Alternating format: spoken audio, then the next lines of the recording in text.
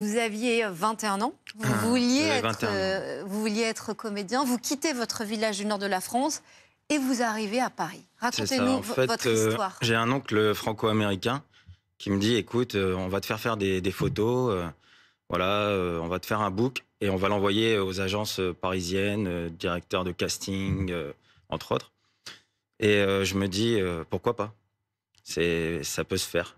Et quelques jours plus tard, on reçoit une réponse positive, d'une grande agence, d'acteurs. Mhm.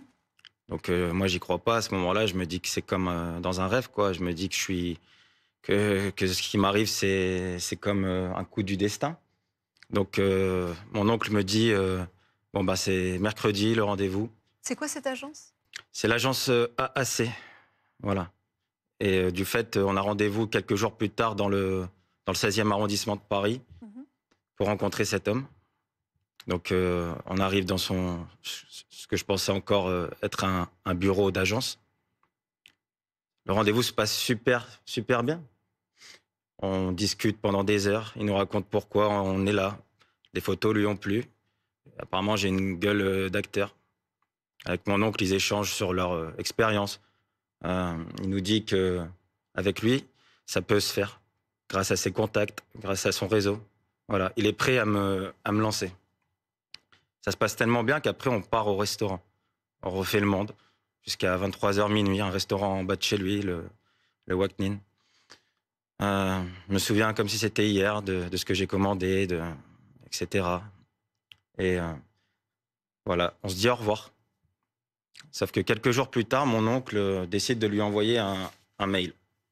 Où dans ce mail, il se permet de lui dire que toute collaboration sera forcément moi, lui, mon oncle Patrice et lui Patrick. Et sauf qu'en fait, il le prend hyper mal. Mhm. Il le prend hyper mal, il me contacte le lendemain. Qu'est-ce que c'est que ce mail que je viens de recevoir de ton oncle? Moi, je te dis un truc, c'est terminé, je veux plus en entendre parler. C'est dommage parce que je pensais qu'on pouvait faire quelque chose tous les deux.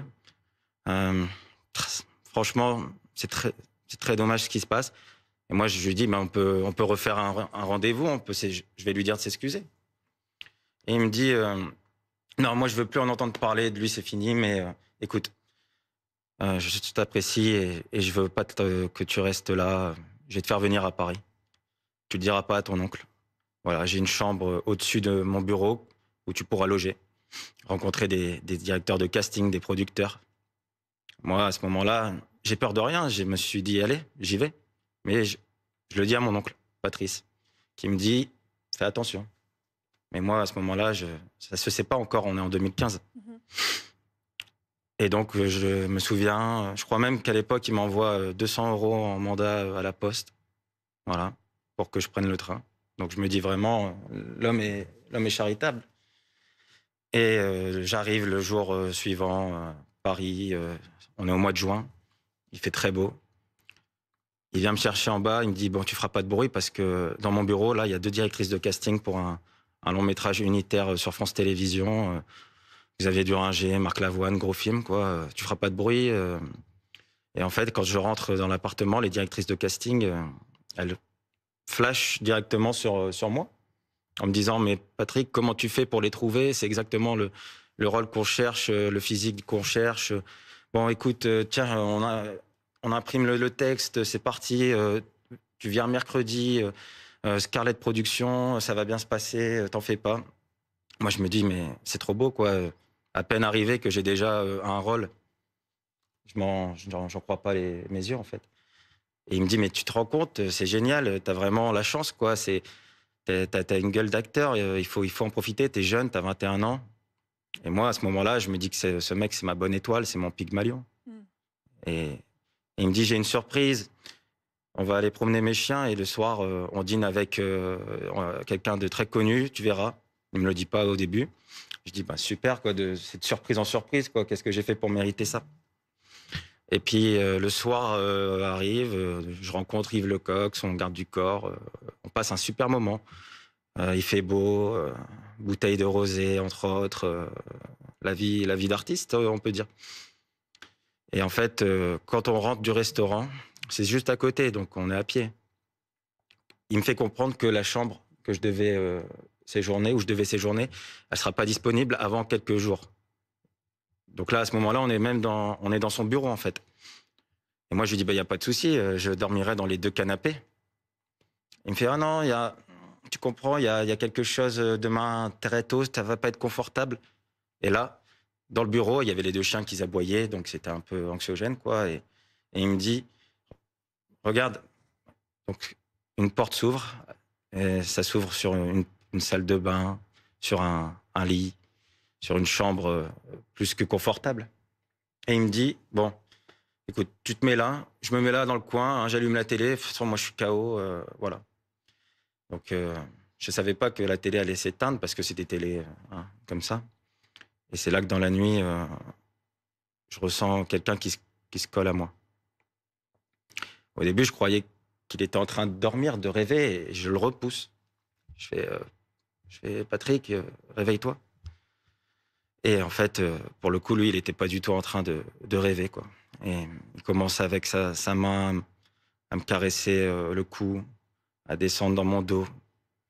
J'ai son souffle au niveau du cou, il me dit chut, laisse-toi faire. Laisse-toi faire, ça va bien se passer. Et moi, je suis comme pétrifié, en fait. Je me dis, mais dans quelle merde je me suis foutu? En fait, c'était bidon depuis le début. J'aurais dû écouter mon oncle Patrice. Je m'en suis voulu. Et cette même main, au fur et à mesure, elle est descendue jusqu'à mon entrejambe et a touché mon sexe en faisant des genres de va-et-vient. Ça a dû durer entre 5 et 10 minutes. Et c'est au moment où la chose est arrivée qu'il a descendu son visage pour essayer de me faire une fellation. Et c'est à ce moment-là que j'ai pris le reste de courage que j'avais encore pour le déstabiliser et me sauver directement dans le salon, le bureau. Et là, il est revenu, il me retouche le dos, il me fait ça va bien se passer, mais tu sais ce que j'attends de toi. Je m'endors aux alentours je sais plus quelle heure il était, mais je me dis que le lendemain, il va s'excuser. Et en fait, moi, je me réveille aux alentours de 11 heures et il n'y avait pas eu de rendez-vous, en fait. Puisque quand je me réveille, lui est parti. Et finalement, c'était aussi un mensonge, en fait, ce rendez-vous. Voilà. Il revient l'après-midi avec du courrier. Il se met à son bureau. Et je me dis, il va s'excuser. Après tout.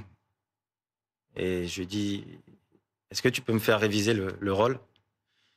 Et là, il me regarde, il me fait, écoute, t'as pas plutôt envie de me sucer, là, sous le bureau? Et à ce moment-là, j'ai compris que c'était plus le même homme que j'avais vu en face. L'homme gentil, l'homme bon avait totalement disparu. C'était un prédateur et j'étais sa proie. C'est comme si ses yeux n'avaient plus une once d'humanisme. Et vous êtes parti? Je suis resté jusqu'au soir parce qu'on devait rencontrer un couple de producteurs pour TF1, un homme et une femme. Et je me suis dit, le mal est fait. Pourquoi pas rester et après je partirai. Sauf qu'en restant, les agissements étaient encore davantage.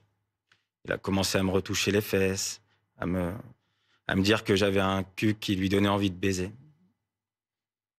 Et là, je me suis dit, faut que je parte, quoi. Faut que je parte, faut que je me casse de ce traquenard.